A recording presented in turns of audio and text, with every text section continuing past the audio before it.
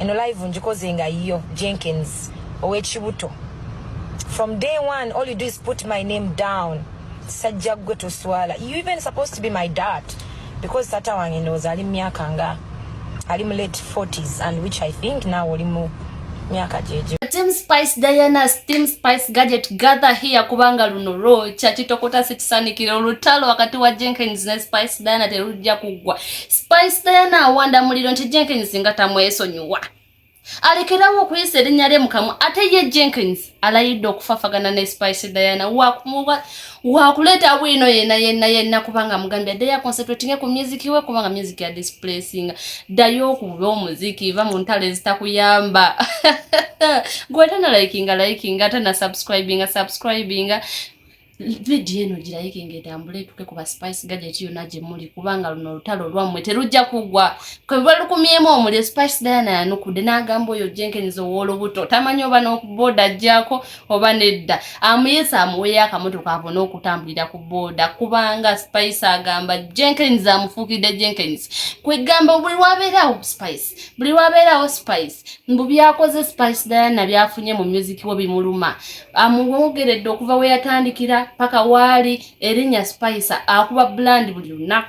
Spice si musanyufu ne Jenkins Mukasa. Spice munyivu nnyo gyali yonna avuddeyo olaba mu video n'amukolera TikTok live ng'obusungu buli kugumba ng'obulumi bumutta. Lwaki Jenkins amubeerako bampa ku bampa? Lwaki erinnya Spice Diana talijja mu kamwake?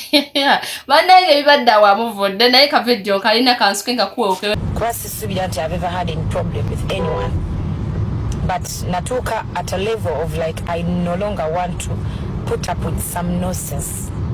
Alright, so ogusajja ogwo mwana kutususa. Sometimes actually I don't listen to his program, but oli awo nga bakusindikira voice note bakuweereza videos and it's too much. I'm wondering why is he so much into my business? I thought Muksoka is just competition, maybe he works for some artists, which is okay. Wademoli omugati gwe simugana, but I mean it's too much. So Mumugambe, I've mentioned his name, he's one of the many. Jenkins, I don't know his other name, but chigai chino kubuto bunini wechitula wechitine chiswakira chiningange chitide nsanje, that one. Alright, meanwhile, done with that business. That's my latest song, and it actually olimbo lumutuka bulungi nnyo, so you should wear that shoe.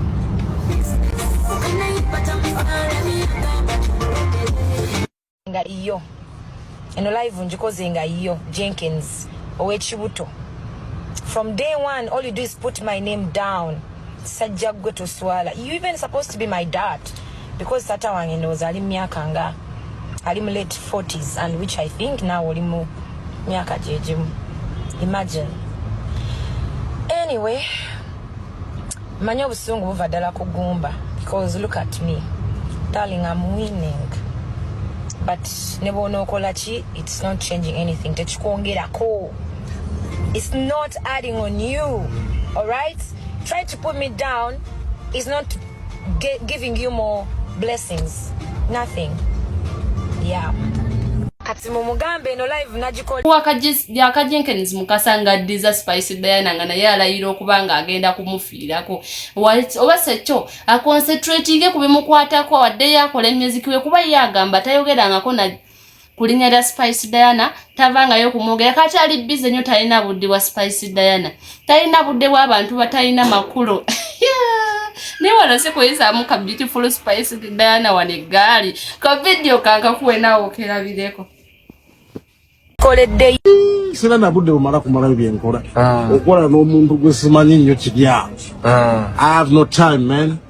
Akonsentrate ku bimukwatako nafa atuleke, tuli busy, too busy. The message jemuwa agaye from the beginning kuva yatandika oyimba omulinnya alinya nze simanyi gye yatandike mbu you're fit to be the dad. It is okay bwaba amanyi nti ndi taata we abe respectable old people bwemba nenkana ne taata we yandibadde amanya nti respect gyawa taata we gyampa. Nze simanyi byakola, simanyi I've not even had from my in a long time. Ate bw'atandika ebyo abaana music abakoze bubi. It's not an easy road. Music frustrates. You just have to work hard and lay low. Nenga she's working hard. Nyimba weziri. Kirungi bw'aba anene kati n'obudde abumalire nnyo mu music. Mukyo kunoonya ono ayogedde ono agambye sinaba namwogerako myaka aganyaka emeka. Kati obuzibu bwe buvaawa tewamwogerako. Oba tonnamwogerako as recent as a week. Ampeyo ka video nga njogera ku linnya lye. Akansaliremu akaleeti. Siba na budde bantu. Aye nabo okwogerako bandi. Kati ate abatalina nnyo makulu sibamalirako budde. Okitegedde. Nve ku b'amaanyi. Essalama sekala. Abantu banogera ku salama. Abeera ku salama. Sebo. Kale nze nali simanyi nti abeera ku salama. Bagamba abeera mu nnyonyi. Mukasa sebo. I don't go to that place, so I don't know. Bana yabutamanya na ntemooza nti bukimba nkimanyi. Olalonga yo mbadde mayo tiimu y'emunyonyi obusaaba. Ali salama. I did not know. Sorry. Jenkins amaze banga ng'amuliyirira. Talina firiji waka agende mu firiji ajjemu amazzi aganyogoga. Akola atya? Anyo ku mazzi aganyogoga selfie.